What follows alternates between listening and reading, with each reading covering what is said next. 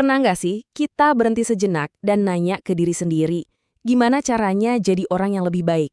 Pertanyaan ini yang kayaknya kita semua pernah pikirin, itu inti dari perjalanan hidup kita.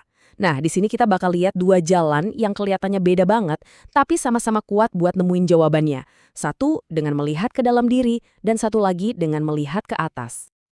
Jadi, pertanyaannya, dari mana datangnya kompas moral kita? Apa jawabannya ada di dalam diri kita sendiri atau justru datang dari luar? Kita bakal coba bedah dua sudut pandang yang menarik banget soal ini, dan mungkin kamu bakal kaget sama titik temunya. Yuk kita mulai. Oke, kita mulai dari yang pertama ya, yaitu perjalanan ke dalam diri. Ini adalah sebuah pendekatan yang akarnya dari kesadaran diri dan psikologi. Mari kita lihat alat pertama untuk perbaikan diri. Alat pertama yang bakal kita bahas ini sebenarnya sesuatu yang kita semua bisa lakuin, yaitu melihat ke dalam diri sendiri. Ini adalah sebuah praktek yang berakar kuat di psikologi dan kesadaran diri, dan semuanya dimulai dari satu konsep kunci. Konsep pertama itu namanya mawas diri. Coba bayangin deh, ini tuh kayak kita nyalain radar internal kita. Bukan buat ngejudge diri sendiri habis-habisan ya, tapi lebih ke pengamatan yang jujur. Apa sih yang lagi aku lakuin sekarang, dan apa dampaknya? Ini langkah paling awal buat ngertiin perilaku kita. Nah, kalau tadi kita udah sadar apa yang kita lakuin lewat mawas diri, sekarang kita masuk ke tahap selanjutnya, introspeksi. Ini lebih dalam lagi nih, dari apa jadi kenapa. Kenapa ya aku reaksinya begitu? Apa sih yang sebenarnya aku rasain? Disinilah pemahaman yang sesungguhnya dimulai. Perbandingan ini ngebantu banget loh. Jadi gampangnya, mawas diri itu soal apa yang kelihatan dari luar, tindakan kita di dunia. Kalau introspeksi, itu soal apa yang ada di baliknya, mesin di dalam diri kita yang ngatur pikiran dan perasaan. Kita butuh keduanya, biar gambaran tentang diri kita jadi utuh. Oke, terus gimana dong cara introspeksi yang benar? Soalnya ini bukan cuma ngelamun doang ya, ada prosesnya, ada strukturnya, biar kita benar-benar dapat pencerahan. Prosesnya bisa kita pecah jadi 3 langkah simpel. Pertama, sengaja luangin waktu. Cukup 10 menit sebelum tidur juga bisa. Kedua, coba deh jadi detektif buat diri sendiri. Cari polanya. Kenapa ya aku selalu begini kalau situasinya kayak gitu? Ketiga, dan ini nih yang paling penting, bikin rencana aksi. Jadi nggak cuma mikir, tapi bener-bener ngerencanain perubahan. Dan hasilnya, wah, ini bisa mengubah banyak hal. Kita jadi jauh lebih sadar diri, nggak ngulangin kesalahan yang sama terus-terusan, dan hubungan kita sama orang lain pun jadi lebih baik, karena kita lebih paham diri sendiri, dan akhirnya lebih paham orang lain juga. Intinya, ini soal mengambil alih kendali atas dunia internal kita. Proses internal ini emang kuat banget. Tapi, ini bukan satu-satunya jalan. Buat jutaan orang di seluruh dunia, ada satu sumber panduan dan tanggung jawab yang lain. Sebuah panduan yang datangnya dari luar diri kita. Sekarang kita geser fokus ya. Dari yang tadinya melihat ke dalam, sekarang kita coba melihat ke atas. Kerangka kerja yang kedua ini nggak datang dari psikologi, tapi dari sebuah keyakinan, lebih spesifiknya dari tradisi Islam.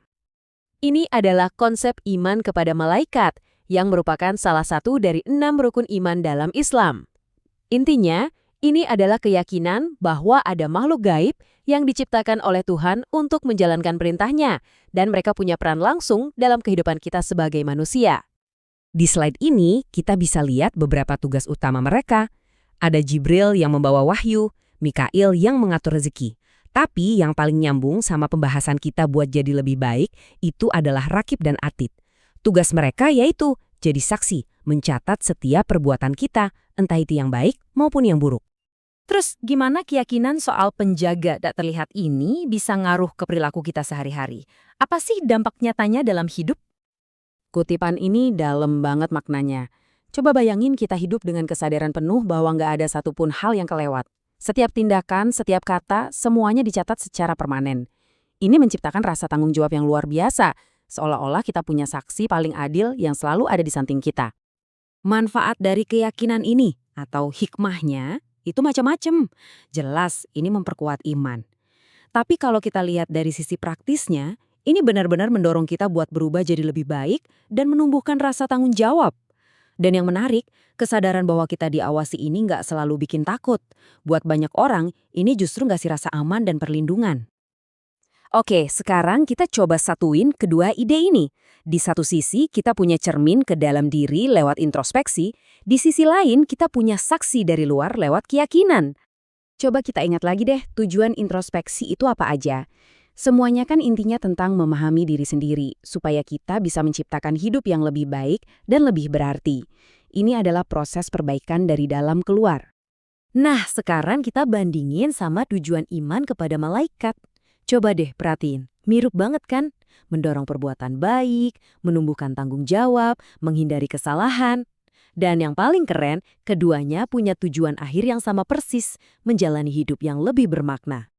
Jadi, ini dia poin kuncinya. Mau kita ngelihat ke cermin di dalam diri, atau kita ngerasain kehadiran saksi ilahi, tujuan akhirnya itu sama. Dua jalan ini meskipun datang dari tempat yang berbeda, satu dari psikologi, satu dari teologi, keduanya bertemu di tujuan yang sama, untuk hidup dengan lebih sadar, lebih etis, dan dengan tujuan yang lebih besar. Dan sekarang pertanyaannya balik lagi ke kita semua. Dalam perjalanan buat jadi versi diri yang terbaik, apa sih yang jadi kompas kamu? Apakah itu cermin refleksi di dalam diri, atau keyakinan pada saksi yang tak terlihat? Atau mungkin jawabannya adalah gabungan dari keduanya. Sesuatu buat kita renungin bareng-bareng.